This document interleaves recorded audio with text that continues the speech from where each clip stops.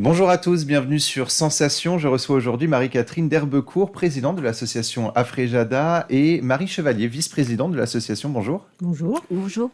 Alors Afrejada, pour Association des familles des résidents de l'établissement Jacques Daviel, se concentre sur les proches des personnes placées au sein de l'EHPAD Jacques Daviel. Comment est née l'association et quelle est son histoire ? L'association est née de la volonté de membres de familles de résidents de vouloir se fédérer pour apporter une aide pratique, une aide financière aux professionnels pour les accompagner dans leur prise en charge des habitants de l'EHPAD. Alors je voudrais dire que les habitants, autrefois on les appelait les résidents. Maintenant ce sont les habitants. Donc c'est une précision parce que c'est une appellation qui n'est pas toujours bien comprise par le public. C'est important pour vous justement aujourd'hui de les appeler les habitants Oui. de l'EHPAD Jacques Daviel. Parce qu'ils habitent l'EHPAD, c'est leur maison, c'est leur lieu de vie. Et c'est une volonté des professionnels aujourd'hui de les mettre au centre des préoccupations, qu'elles soient médicales ou divertissantes. Enfin, voilà. Et alors justement, présentez-nous un petit peu jours. l'EHPAD Jacques Daviel. De combien d'habitants parle-t-on ? 195 habitants aujourd'hui, mais c'est un chiffre qui fluctue, bien sûr, parce qu'il y a des départs, malheureusement, des arrivées. Il faut savoir qu'en moyenne, un habitant reste 4 ans dans l'EHPAD. Donc, il y a un turnover qui est important. Alors, vous avez plusieurs ambitions et objectifs. Je me tourne vers vous, Marie. On va y revenir tout au long de cette émission. Parmi vos objectifs, justement, c'est celui d'améliorer le bien-être des habitants de l'EHPAD. Alors, comment se traduit cet objectif au quotidien ? Alors, au quotidien, dans la semaine, 3 fois par semaine, nous ouvrons ce qu'on appelle le bar des amis, qui est un lieu de rencontre et de lien social qui est important. C'est notre activité principale au niveau de l'association. Après, participation pour effectivement améliorer et essayer d'améliorer en partenariat avec l'équipe d'animation le quotidien des habitants de l'EHPAD. Alors, lorsqu'un nouvel habitant arrive, c'est une étape qui peut être angoissante. Les seniors perdent leurs repères et doivent s'en créer de nouveaux. Comment est-ce que vous accompagnez justement les nouveaux habitants pour les aider au mieux à s'adapter et accepter leur nouvel environnement ? Est-ce que c'est encore une fois une collaboration avec le personnel de l'EHPAD ? C'est une collaboration avec le personnel, bien sûr. La coordinatrice, l'infirmière coordinatrice accueille le nouvel habitant, lui fait visiter l'établissement, puis lui montre le bar thérapeutique, nous présente aussi aux familles, de manière à lui permettre de venir nous rejoindre quand c'est possible. Je voudrais dire à propos du bar thérapeutique, il s'appelle Bar des Amis, il a été baptisé comme ça par les habitants. Thérapeutique signifie que un habitant vient rejoindre l'équipe des bénévoles pour faire le service. Donc vous avez Voilà cette pourquoi volonté c'est thérapeutique. C'est pas notre volonté, c'est en concertation avec les professionnels que cette mesure a été prise. faire participer les habitants, c'est une volonté donc à la fois du personnel, de la vôtre aussi, mais aussi celle des habitants de l'EHPAD. Ils veulent justement participer à des animations, à des projets, à des ateliers. Ah bien sûr, ils sont très friands de tout ce qui est animation, qu'il s'agisse d'ateliers, effectivement, de sorties, qu'accompagnent d'ailleurs les bénévoles. Tu peux en parler, Marie, Oui. parce qu'il y a eu des sorties pêche, notamment. Donc, des sorties plus culturelles aussi, des visites de musées. Et puis, on a organisé nous-mêmes une exposition qui s'appelait l'histoire du fil.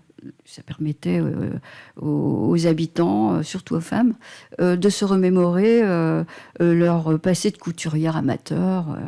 Voilà, donc c'est on s'efforce quand même d'en proposer le plus possible d'activités. Alors justement, comment ça se passe pour une activité ou une animation?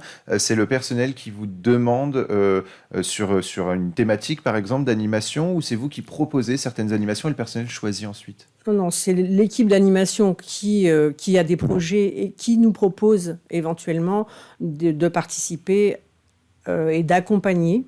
Alors, pour exemple, moi, j'ai accompagné des résidents sur une visite à Honfleur.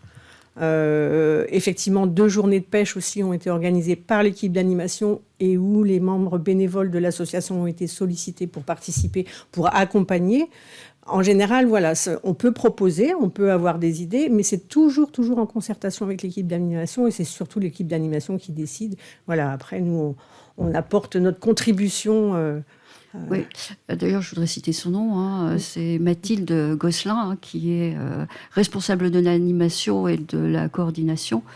Et donc, elle fait un bon travail. Donc, on s'efforce de l'accompagner le mieux possible. Justement, avec la responsable de l'animation et la psychologue de l'EHPAD, vous organisez des rencontres avec les familles des habitants. Alors, quels sont les objectifs de ces rencontres ? L'objectif de ces rencontres, c'est déjà de toucher le plus de familles possible. C'est très difficile. De les attirer dans l'EHPAD. Ces réunions s'organisent autour de thématiques. Je peux vous en citer quelques exemples. Par exemple, sur la nutrition. Comment on nourrit les habitants qui sont accueillis à l'EHPAD, parce que c'est souvent sujet de polémique. Alors ça, c'est un sujet qui relève du quotidien, et sur des sujets qui sont un peu plus graves, comme les fins de vie. Et alors vous les accompagnez également pour comprendre parfois les pathologies des habitants, de leurs proches. Alors, quelles sont les pathologies, justement, dont on parle le plus souvent ? Ce sont des troubles cognitifs. Ce sont des maladies dégénératives qui entraînent la diminution des facultés intellectuelles et des capacités motrices aussi. Et qui mettent les habitants dans un état d'inconfort, de malaise, pour lesquels on peut apporter des solutions. Et souvent, pour ne pas dire dans la plupart des cas, ce sont nos parents ou nos grands-parents qui sont placés dans un EHPAD, des personnes qui nous ont vu grandir, mûrir et qu'on a vu également évoluer. Quand ils sont placés en EHPAD, il y a une certaine culpabilité qui s'opère chez les proches des habitants. Comment les déculpabiliser justement face à ce choix de placer un proche dans un EHPAD ? En étant à l'écoute. L'écoute, c'est vraiment une valeur importante de l'association, en leur expliquant que ce qu'ils ressentent, c'est normal. On a tous vécu ce passage-là. Au démarrage de l'association, c'était que des membres de famille de résidents. Et donc, on avait traversé cette épreuve. Donc, on la connaît. On sait ce que ressentent les enfants, les fils, filles des habitants. Et donc, on les écoute. On essaie aussi de les orienter. C'est quelque chose de grand pour eux, l'EHPAD, à qui s'adresser pour savoir comment est pris en charge médicalement l'habitant, à qui s'adresser pour tous les problèmes administratifs, à qui s'adresser pour essayer de mieux comprendre son parent, parce que les maladies cognitives, ça éloigne les enfants des parents. Donc la psychologue, par exemple, est d'un précieux secours. Voilà. Vous avez finalement beaucoup de missions. Est-ce qu'il y a d'autres objectifs, d'autres projets, justement, au sein de l'association ? Des projets, bien sûr.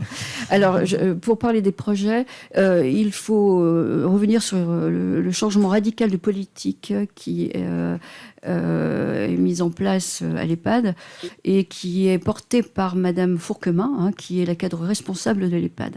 Donc il y a la volonté de placer l'habitant au centre des soins, au centre des préoccupations, pour qu'ils se sentent dans leur lieu de vie. Alors ça a commencé par un changement dans l'horaire des services des soignants. Ils faisaient 2 postes de 7h30, je crois. Maintenant, c'est 12 heures.